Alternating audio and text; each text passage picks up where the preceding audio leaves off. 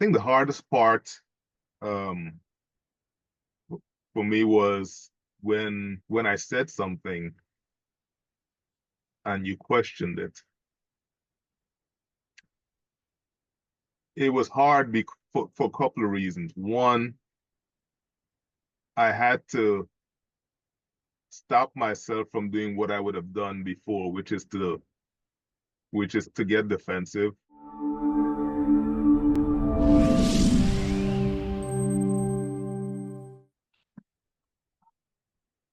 Hi and welcome. We're continuing with the interview with Dwain-Welcome, and this is part 4 that we are actually going into right now. And so I just want to say welcome, Dwain, for joining us again, for Good to be continuing. here. It's good to be here. Thank you for having me. Yeah. You know, the stuff that you have shared so far really was moving and really hit hard. It started bringing up some emotions for me because I too was going back and starting to relive the stuff, not from a place of that I'm hurt or anything like that, but just remembering how far it is that we have come, how far it is that you have come in this integrity journey. And remember that it wasn't easy, that it did take a lot of repetitions, and intentionality in terms of you being able to become this man of integrity, to actually do this. And at any time, you could have opted out. You could have got frustrated and said, this is too much for me. I don't want to be doing this. You could have done that. And I recognize that because it wasn't easy to rebuild the trust. It wasn't easy to be able to just take you at your word because you gave it. And as you pointed out in the last segment, is that there was some defensiveness. There was some defensiveness that was there, and it was hard to actually let it be known that, hey, that the breach was caused by you.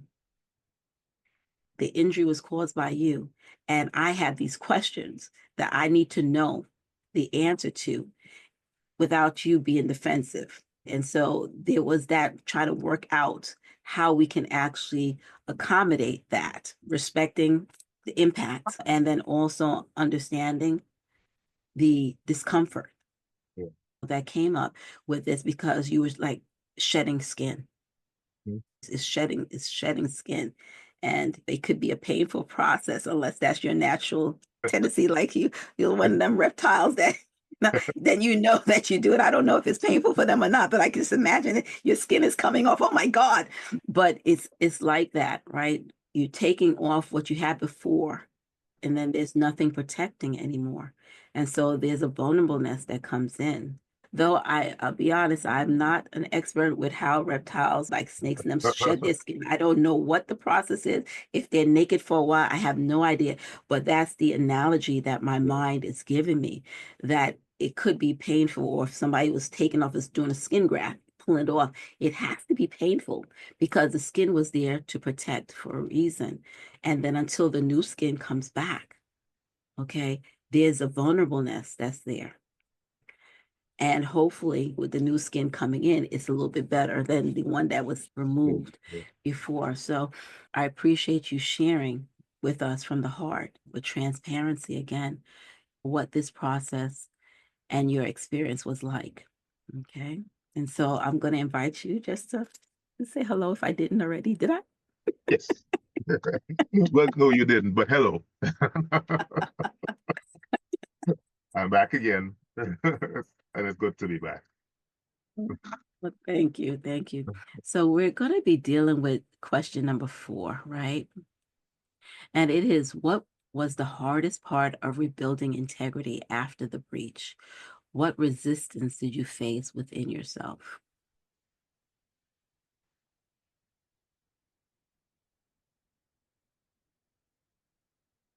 I think the hardest part um, for me was when I said something and you questioned it.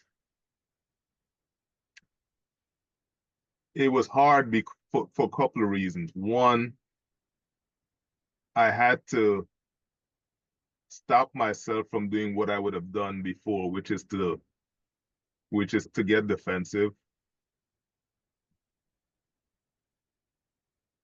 And even if the question was a challenging question,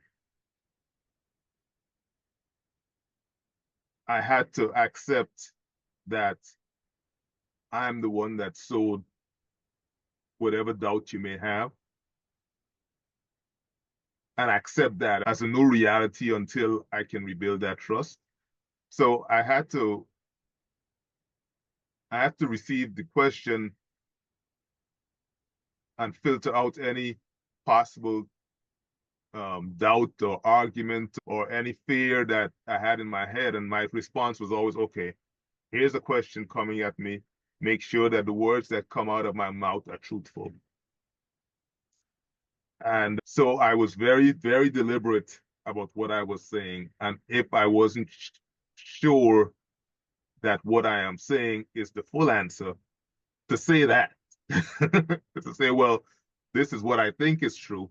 This is what I know to be, and not be so sure that whatever I'm saying is the end of it, because I can get more information down the road that may be my shed greater light, and I must be willing to say that this is the best of this is the truth as far as I know. And when I hear something else, to come back and say, hey, this is the additional information that I have.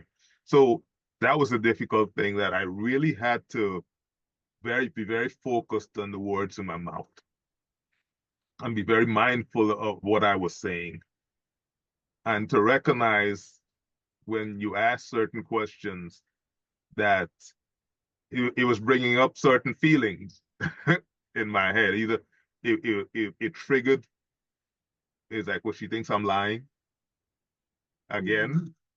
So then there was that, again, that sense of shame and fear. So then every question becomes a loaded question, and every answer became life or death. So I remember, and I'll share this with you. In our household, Michelle does manage the books and things like that. And I remember I would, as you going through and looking at the expenses and so on, you may ask me, I see that there's a withdrawal for $20. What was that about? And you were really asking because you wanted to balance the books. And I remember how terrible I would feel if I couldn't remember what the answers were. Like if I didn't remember that I spent that $20 for gas. It was for legitimate things. It wasn't, but the fact that I couldn't remember, in my head, it started to immediately say, hey, if I don't have the answer, then is she going to think that I'm not telling the truth? So after a while, I started to keep all my receipts. If I'd get gas, I would keep the $20 for the gas. So then my wallet started to get fatter and fatter and fatter. I remember.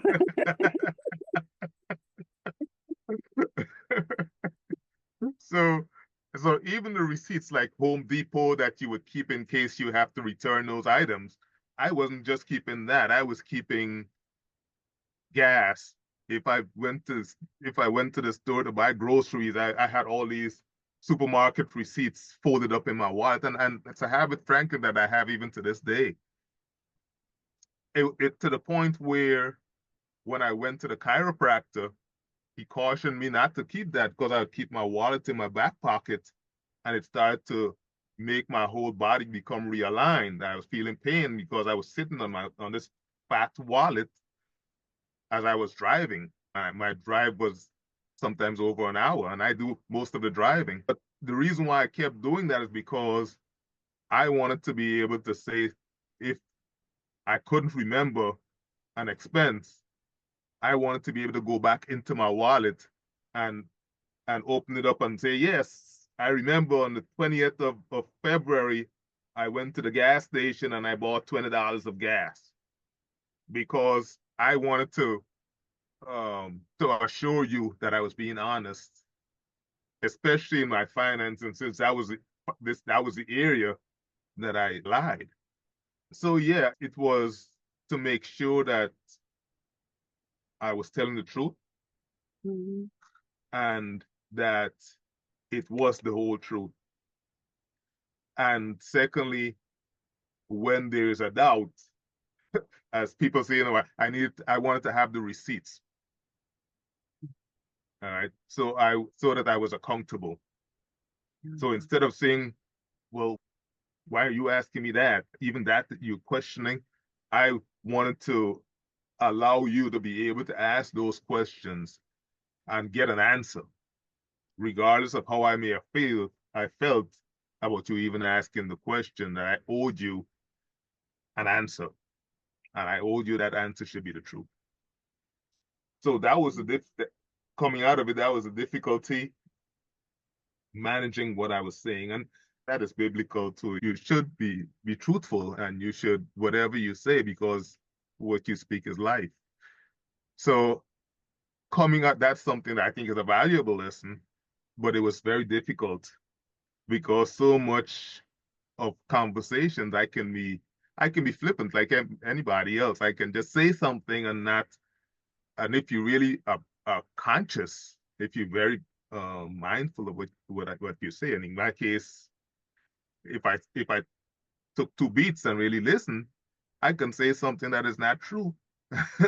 But because I'm not conscious of it, it can go out there, create an impression, and it is not true.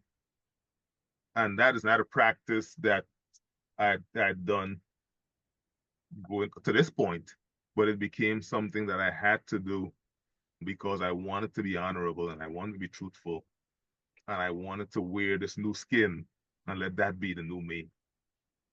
And it's interesting that you gave the example of the snake shedding of the skin, because part of that struggle, as I'm shedding the skin, there's some parts of the skin that are truthful that I want to keep, and being able to identify which is which is worthy of being kept and which should go, and how to figure out the difference. So, and yes, it is a painful experience. I guess even for snakes, they say that when snakes are going through that process, they're very irritable. That's the time when they're most likely to strike, because they're very irritable, they're very itchy, Ooh. and cranky. I don't think I was cranky, but I do know that it was a painful process because it left me vulnerable, because I was so used to carrying that crutch. It was as uncomfortable as it was what I knew. And once I shed that, you feel unanchored. I felt unanchored. And as much as I wanted to be truthful in everything, I begin to question what truth is in every situation. Yeah. So there's that uncertainty, that's doubt, that everything that I've known has now been stripped. Everything that I thought I knew is in question. So I'm kind of unmoored, and that is not something that I'm comfortable with, Mhm. being unmoored. So that's why I'm so grateful for Google Maps. I can never get lost. So this allowed that process of uncertainty, not knowing what I wanted to keep and what I wanted to shed, and being accountable for everything that comes out of my mouth. Those three areas, I think, were the most difficult for me coming out of that period. So yes. And I would add also that when you introduce this segment for men, I think it's a lifelong journey. I don't think it ever stops. It surely hasn't stopped for me, because even at this point, I am still learning about myself. If we had this conversation a year after we got married, I don't think our conversation would have been this. I've had, I guess, years of us living together and practicing this, and ups and downs, and times when I have gotten defensive, Mhm. and times when I am sure I'm sure, and then it turns out that it might not be so, or I don't have the full picture. Those things continue every day. It forces me many times to, there are things I'm more sure about now than I used to. And the things that I'm not as sure about are not as scary. And I think I'm a little bit more comfortable dealing with the uncertainty of both, where I am not, I don't have to be. I don't have to know it all. I Hmm. don't have to be 100% sure. And that sometimes I may say something that ultimately I find out later on might not be the truth, and I'm not as hard on myself as long as I come back and share the new knowledge that I have. Because for human flesh, we don't always have the full picture, and what we think is the whole truth is not. But it also speaks to the intention as well, right? What I am sure about is my intentions is to be truthful. So what I'm saying, it is coming from that intention. So therefore, if I find out what I've said is not the truth, my intention is to correct it so that it is more truthful.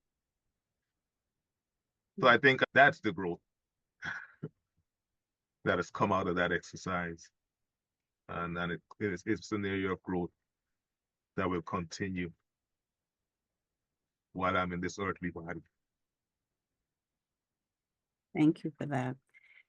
I heard a couple of things that I really want to highlight. The journey towards integrity is available for everybody. It's available for everybody. But everybody is not going to seize the opportunity to go on the journey because the fears might be really speaking so loudly. The shame might be holding them trapped. The rationalizations or the need to be in control. The word that a lot of people are throwing around is the narcissism and all this other kind of a thing can be very dominant in the person. So this is not for everybody. This journey for integrity awakening is not for everybody. It's available to everybody, but not everybody's going to seize it. Not everybody's at that place where they can actually take advantage of it, that they can start to utilize it. And that's okay, because you have to be ready to go on that journey. And there needs to be a certain level of commitment, not to your partner, not to your boss, not to your friends, not to you, even your children, a level of commitment to yourself, because this is about you Yeah. becoming that person of integrity, deciding that I don't want to live the duality, that lying life, while I'm still pretending that I'm all of this to other people. And so there has to be that commitment to yourself that you want to do this and you're willing to invest in yourself, because it's not just an investment in money. Yeah. It's not. It's not just an investment in time. It's not. It's not just an investment in doing the work. Okay. There's an energetic Yeah. investment. There's an emotional investment. There's a physical investment. And whether you are Christian or not, there's a spiritual investment. Okay.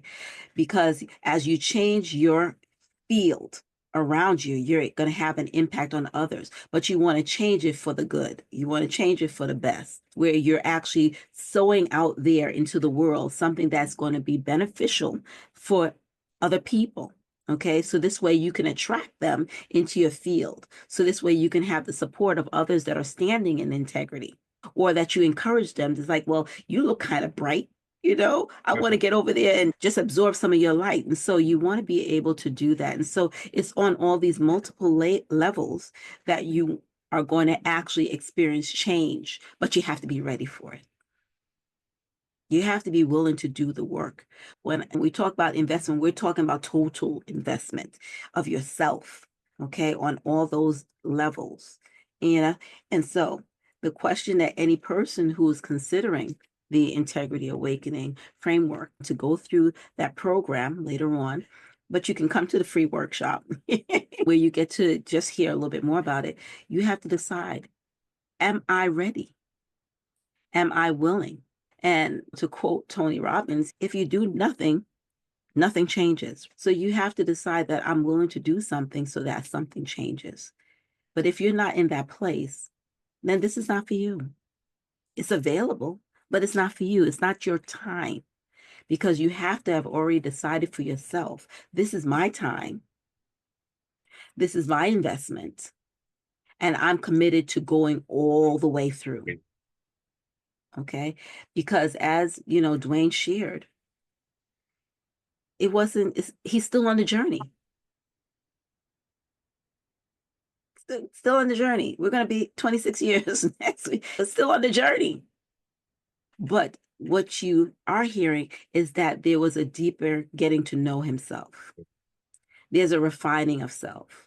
It's really deepening who it is that he wants to be, who he is, standing as this man of integrity. So that once you lay a good foundation, you can actually build. Yes. But no good foundation, whatever you build, collapse. And that's why taking the time to actually show that there is hope. Because you're here at this place, because you've been lying, because you've been deceptive, because you've been trying to control outcomes, because you've been manipulating, because you've been deceitful or rationalizing or whatever else the other things are, omitting information, doesn't mean that you have to stay there. There is a path forward, and you get to decide whether or not this is the time for you to take that path going forward, or if you need to wait, if some other things have to happen before you're actually saying, this is serious enough for me now to take action. All right. So again, thank you so much, Dwain, for sharing that with us. Now, I think you touched on it, but I want to just make sure that I pull it out. What resistance did you face within yourself? Just give us some highlights. What is the resistance? As you were going through this thing, what was screaming at you and saying, shoot, no, what was the resistance? I don't like it. What was going on for you? So this way people can understand that it's not something that's unique to you or unique to them, but there's something that's common in the struggle. The biggest thing is feeling inadequate. It is that sense that if the truth is told, if they really find out what the truth is, they'll see that I am not enough. So therefore, it's better for them to believe this lie that has me up here, because the truth will have me down here. And then I'll be discovered as not being adequate. Yeah. And that is where the shame is also. So inevitably, anything that I would lie about would really be because I didn't think I matched up. I didn't feel like I matched up. So therefore, I better fill the gap with an untruth between where I really am and where I think I should be. So that was always a struggle when a question is asked and the answer would make me feel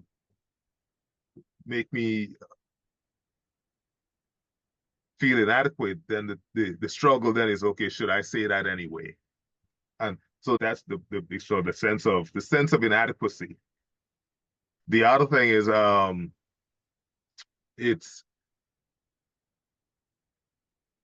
whatever I say now I'm accountable for.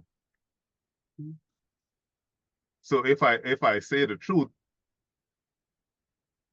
am I willing to live that truth? So yes, there's that fear. Okay, well, you said this. The last time, as a liar, you want someone to say, well, you said this. So that was always a struggle. Well, let me couch this in such a way that will give me an escape hatch.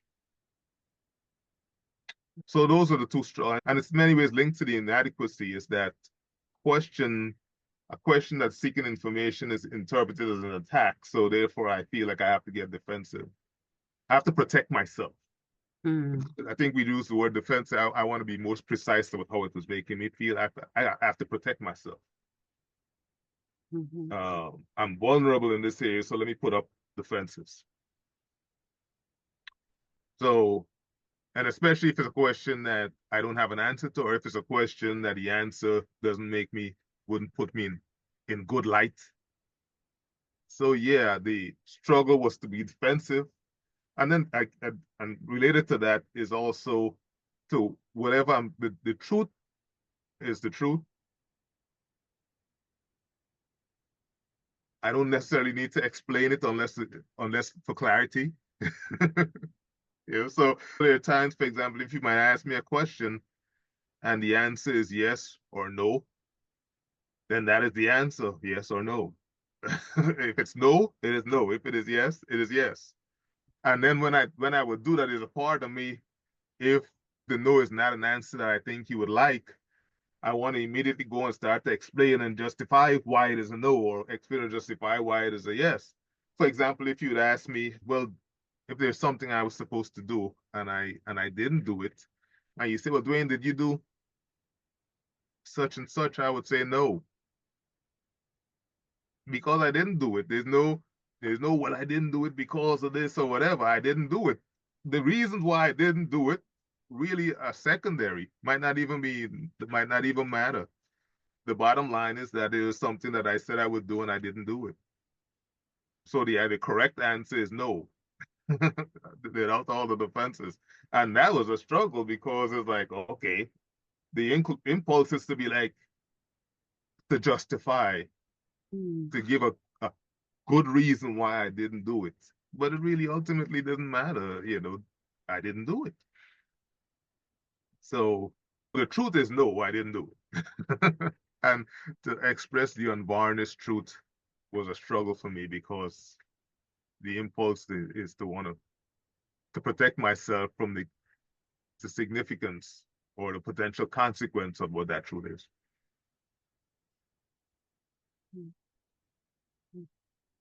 Yeah, thank you for highlighting that because it is a real concern that if you're going to walk with vulnerability, there is that danger that you could get hurt, that you could get injured, the reactions of the other person. Yeah. And we would like to have all the time a safe environment to be able to be transparent, to be vulnerable. And it's not always the case. Mm-hmm. It's not always the case. But then on the flip side, sometimes it is the case, but the talk that we have in our minds builds things up so much Yes. that it just intensifies the fears that we will have that this is what's going to happen. So we tell ourselves these stories, and it's like a horror story. you know, you Yes. know. So Yeah. it's like it makes you more terrified to actually be able to share what it is that's really the truth, because it's like then this is going to happen, then this is going to happen, Yeah. and we Yeah. write the story so you can see that there's a pattern of thinking traps that can also be inside there. So we don't know what we're going to get. Yeah. And that side, the only thing that we can take responsibility for is how we show up, how Yeah. we decide that we're going to do, and anything else we can figure it out. And that's the confidence that I would like the men to have, is that you're not responsible for your partner's response. You're not. Okay. You're not responsible to create the end of the story, because that opens the door for you manipulating and things like this and trying to control stuff. So you don't want to do that again because it's not in alignment with integrity. What you're responsible for is speaking that truth. And sometimes it might be a yes or no. And if the other person wants more information, they can ask. They can ask you with curiosity. Well, I would I'm a little curious as to why it wasn't done or what was going on there. And then you can actually decide how you're going to go forward from there. But you don't need to explain everything right now, because then it's going to sound as if, you know, Yeah. it's like, so when we're walking that line of integrity, sometimes the shorter answer is probably the Yeah. most helpful. No, Mm. yes, because the question was asked very specifically, no, yes, yes, no. Yes.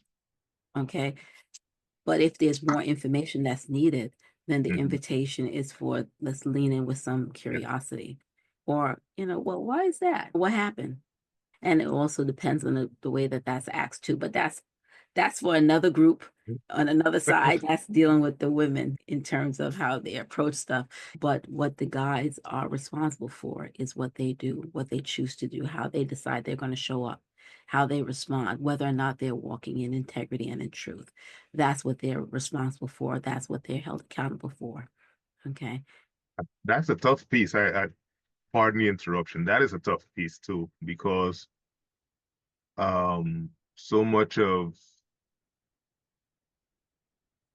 of how I define myself is how I treat you, my wife.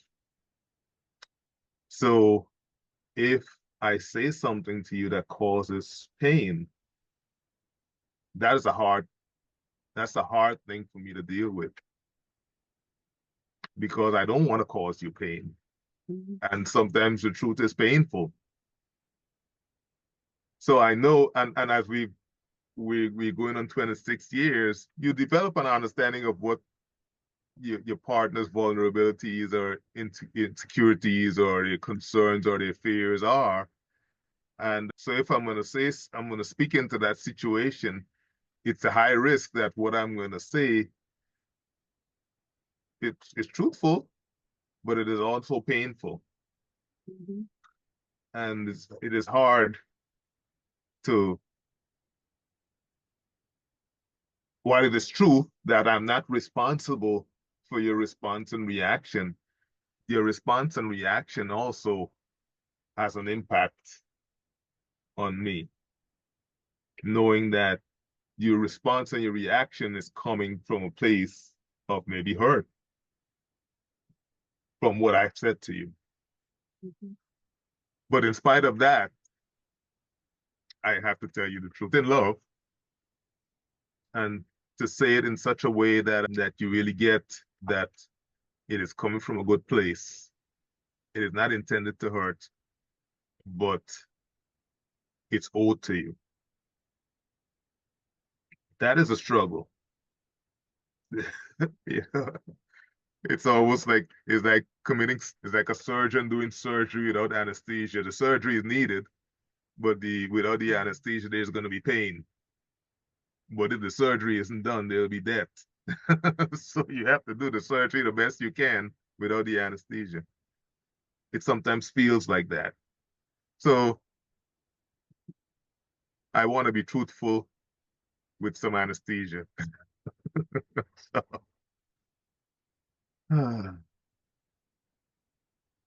Okay. Okay, thank you. Thank you for expanding on that. Yeah.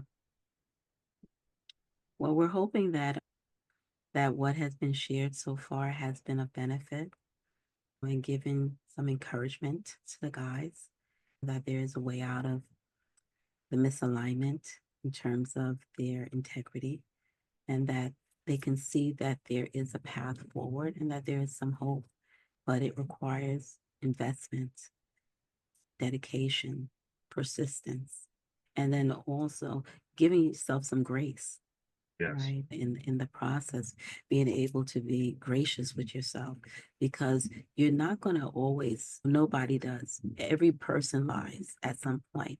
Um, you're not going to all the time be able to tell the truth. But when you catch yourself where you've been fudging it a little bit, Yeah. whatever it is, then you go back, you go back, you go back.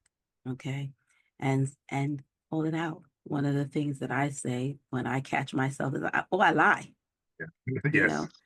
know, and that's something that you have picked up on and the kids have picked up on is, oh, I lie, because it's like I was talking and then I realized, well, I Yes. was telling you a truth Yeah. or a portion of the truth, but it wasn't the truth as it actually was impacting me and as I was viewing it.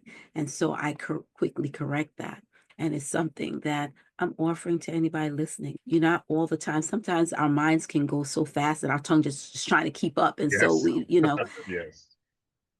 Yes. and so there might be things that weren't quite accurate. It wasn't quite hitting the mark. And we can always go back and say, something, I lie, and it's this and the other. So this way we're refining it. And it could be that a couple of months later on, you're like, when we had this conversation about this thing here, Yes. I got new understanding, new insight. I got to connect with myself even more. And so what's really at the heart of it is this. So you expand on it. It's not that it was a lie, but it wasn't the full picture. And the full picture might come later on as we're growing, as we're expanding, as we are exploring ourselves a little bit more and we're connecting better with ourselves, or things get unlocked from our minds because sometimes our minds try to protect us, so things are locked away.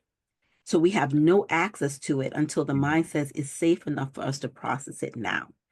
And when it does that, then we can actually come in with new insight, new revelation, new understanding. And it's not that what we said before was a lie. It was based on what we had access to. And there's a difference. Okay. So that's not really a lie. Your brain was actually trying to protect you. And so being able to even understand those differences and those nuances will come up inside of the program. Okay, because we do brain spotting, we will do internal family systems. And so those other parts of us have information that we don't necessarily have. The brain, with brain spotting, it tucks it away in compartments. Mhm. And when you're ready to do the processing on that level that's bypassing your thinking center, you'll get access to things that you didn't have access to before. Okay, so was it a lie? No, you Mhm. honestly didn't know. And so that's different than the person who's telling the intentional, Yeah. deceptive lie. And I want to be able to just separate that. Okay. So this way, that sense of guilt, sense of shame does not come in because you're not responsible for what it is that your brain did to protect you, to help you to survive the situation, or that your parts are holding on to be able to help you to keep functioning because those actions are for survival. It's different than you saying, "Oh, I'm gonna lie and I'm gonna keep lying. I don't care how much they say, whatever. I'm gonna just lie because I'm never gonna admit this because I don't want this and that and the other." That's a totally different kettle of fish.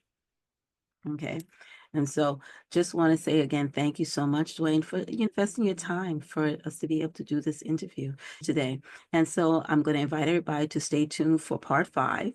And hopefully we'll be able to do a little peek behind the curtain Mhm. to see what else might have been going on. All Yeah. right. And so stay tuned and thank you so much. I'm Michelle, the Breathe Easy Coach. Bye bye for now.